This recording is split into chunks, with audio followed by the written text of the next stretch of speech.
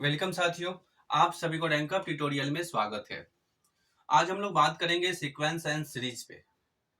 और sequence and series class 11th के students के लिए खास इंपॉर्टेंस है और वो उन स्टूडेंट्स के लिए भी इम्पोर्टेंट है जो जिनका सपना है जो हम आईआईटी एडवांस कंप्लीट करें, जीमेंस कंप्लीट करें, तो उनके लिए भी ये खास इंपॉर्टेंट है। क्योंकि सीक्वेंस एंड सीरीज से पर ईयर दो क्वेश्चंस आते हैं। तो हम बेसिक लेवल से इनको हम स्टार्ट करता हूँ, फिर इसके बाद हम कुछ एक्सरसाइज से रिलेटेड क्वेश्चंस भी करेंगे और प्रीवियस क्वेश्चंस भी करेंगे।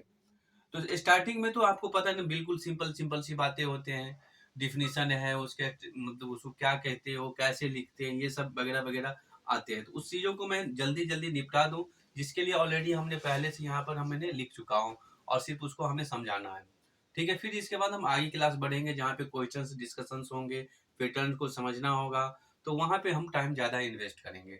ओके, तो चलते हैं, हम अपने पॉइंट पे चलते हैं। तो सीक्वेंस एंड सीरीज में हमको सबसे पहला जानना होगा जो सीक्वेंस आप किसको कहते हो। तो सीक्वेंस का मतलब होता है जो जो ऐसा सीक्वेंस, मतलब ऐसा कोई नंबर्स का सीरीज और नंबर्स का टर्म लिखा हुआ है जो किसी न किसी रूल्स को फॉलो करे।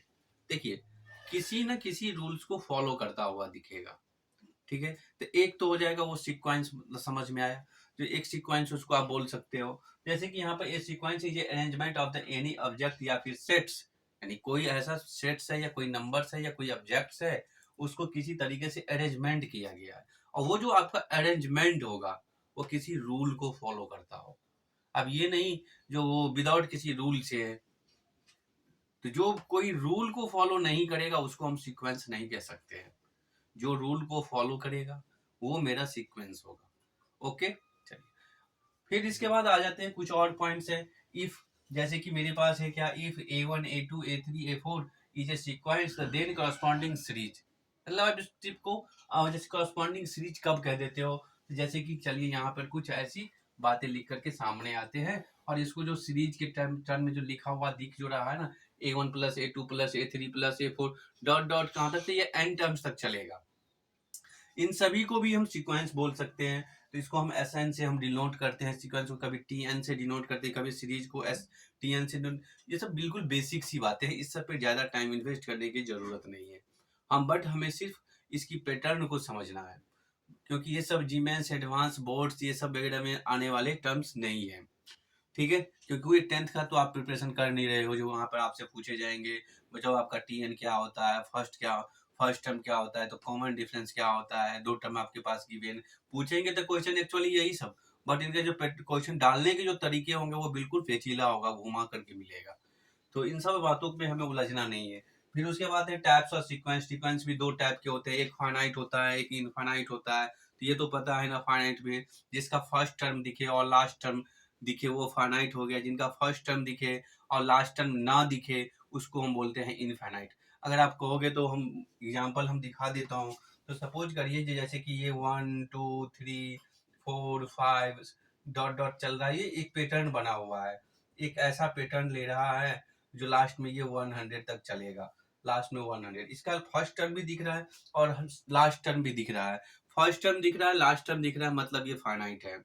ठीक है, अब इसके बाद आ जाओ, फिर इसके बाद आ जाओ इनफाइनाइट में। तो इनफाइनाइट में क्या, इसी में से अगर हम लास्ट टर्म को रिमूव कर दो, 1 2 3 3 4 5 और डॉट डॉट, तो ये मेरा हो गया इनफाइनाइट हो गया। तो सीरीज में भी कुछ ऐसा ही होता है। तो सीरीज में क्या होता है, तो इसी बात को मैं अगर ऐसे लिख दूं, 1 2 3 +4 +5 और डॉट डॉट 100 ले लो, तो लास्ट में मेरे को 100 दिख रहा है, मतलब ये फाइनाइट है। अगर लास्ट में मैं 100 को रिमूव कर दूं, 100 को मैं रिमूव कर दूं, तो ये क्या मेरा हो जाएगा, तो इनफाइनाइट हो जाएगा। तो सीरीज ऐसे ही कुछ होते हैं। देखो, एक ही बातों को हमने सीरीज में लिखा और एक को मैंने सीक्वेंस में लिखा, सिर्फ एक ही बात को मतलब घुमा करके बताए जा रहे हैं। तो दोनों के दोनों क्या है, तो एक न किसी न किसी कोई रूल्स को फॉलो कर रहे हैं, सीरीज भी कर रहे हैं और सीक्वेंस भी कर रहे हैं। ये तो मेरा दोनों बातें ठीक है। इसके आगे जो होता है वो सब बाद में बात करेंगे, फिर पहले आप इसको नोट कर लीजिए ताकि हम भी इसको थोड़ा सा क्लीन करें, और वीडियो को पॉज करके प्लीज आप इसको नोट कर लीजिए।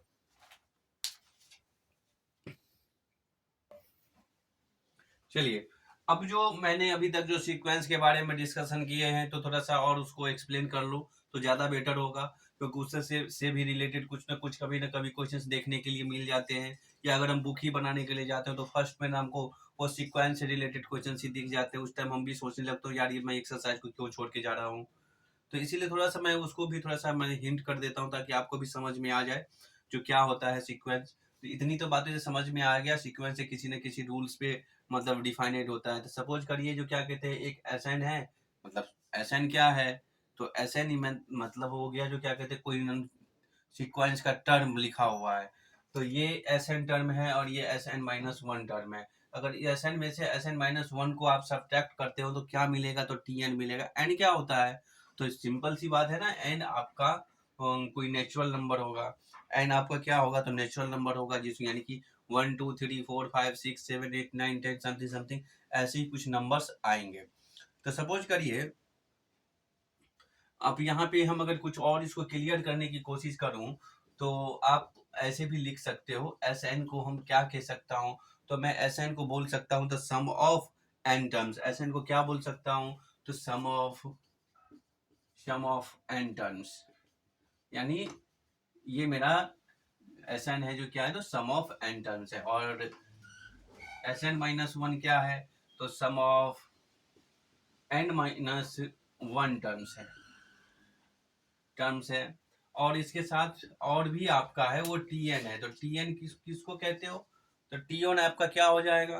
तो टी एन जो आपका होगा वो nth टर्म्स से रिप्रेजेंटेड होगा, मतलब वो कितने नंबर्स ऑफ टर्म्स का वो है, वो क्या है? तो nth टर्म्स का है।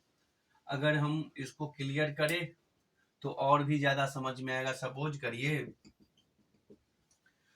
करिए क्या कहते हैं, जो हम आपको एक एसएन ला के देता हूँ, एक एसएन ला के देता हूँ, S n is equal to n square plus n plus one. और हम आपको कहता हूँ क्या, हम आपको कहते हैं क्या, जो टी एन निकाल करके दीजिए। तो फाइंड टी एन निकाल करके दे दीजिए टी एन। तो टी एन तो ये तो समझ में आ गया। फिर इसके बाद मैं आपको कहता हूँ कि टी सिक्स निकाल करके दे दो। टी सिक्स दो ही मैं रखता हूँ, टी एन और टी सिक्स, ये दोनों बातें आपको फाइंड करना है, पॉइंट्स को। तो आप टी एन को क्या समझते हो? तो सर हम टी एन को समझते हैं क्या, तो टी एन मेरा होता है S n minus S n minus one होता है। तो इसका मतलब देखो, यहाँ पे एन था तो ये सभी एन ही है, तो ये वाला जो टर्म ठीक है मेरा आपका, यहाँ पे n square plus n plus one दिखेगा।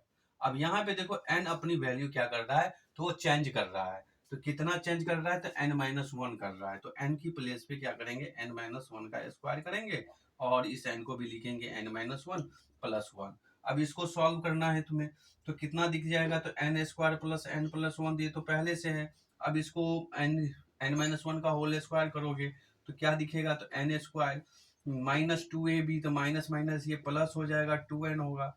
और वन का स्क्वायर वन ए होगा तो प्लस में होगा, तो प्लस और माइनस को मल्टीप्लाई करेगा तो ये माइनस हो जाएगा, फिर क्योंकि माइनस है ना इसके पीछे। चलो अब इसको ओपन करोगे तो ये n माइनस वन और प्लस वन, तो ये दोनों ऑलरेडी कट गया, ये भी कैंसिल आउट हो गया। ये एन स्क्वायर, ये कैसे काट दिया मैंने, ये कटेगा। ये एन स्क्वायर भी कैंसिल हो गया।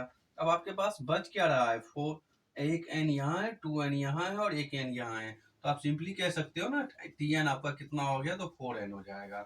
टी एन आपका कितना हो गया? तो फोर एन हो गया। अब मैं आपसे पूछ रहा हूँ जो टी सिक्स कितना होगा? तो टी सिक्स का मतलब क्या, यहाँ से अगर हम आंसर देंगे तो सीधी सी भाषा में आंसर होगा मेरा कितना, तो n is equal to six, यानी 24 हो जाएगा। इसका आंसर हो गया। क्लियर है? थोड़ा इस बीच में लाइट का इशू हो गया था, तो इसीलिए आपको थोड़ा सा मतलब वो पूरे क्लीन फिगर नहीं आता होगा, तो इसके लिए मैं कुछ कर नहीं सकता हूँ, क्योंकि लाइट तो अपनी बस की बात है नहीं, तो उस चीज़ को आप मैनेज कर लोगे। और बेसिक सी बातें हैं, ठीक है। तो अगला जो मेरा जो कॉन्सेप्ट है वो बिल्कुल क्लियर है, ठीक है। तो क्योंकि इसके बाद हम कौन से टॉपिक स्टार्ट करेंगे, तो इसके बाद जो हम टॉपिक स्टार्ट करने वाले हैं वो है अर्थमेटिक प्रोग्रेशन। अर्थमेटिक प्रोग्रेशन, और जो कि आप लोग ऑलरेडी क्लास 10th में पढ़ चुके हो, जिसको आप लोग क्लास 10th में ऑलरेडी पढ़ चुके हैं। तो यहाँ पे कोई ऐसा कोई मेरा मतलब वो एपी का आकर के सीक्वेंस प्रॉब्लम बनने वाला है नहीं, ठीक है। तो मिलेंगे अगले क्लास में, देखेंगे एपी का क्या क्या स्टेटमेंट्स है, क्या क्या रूल्स है, क्या क्या स्ट्रेटजी क्लास में 11th में लिए जाते हैं। तो मिलेंगे अगले क्लास में।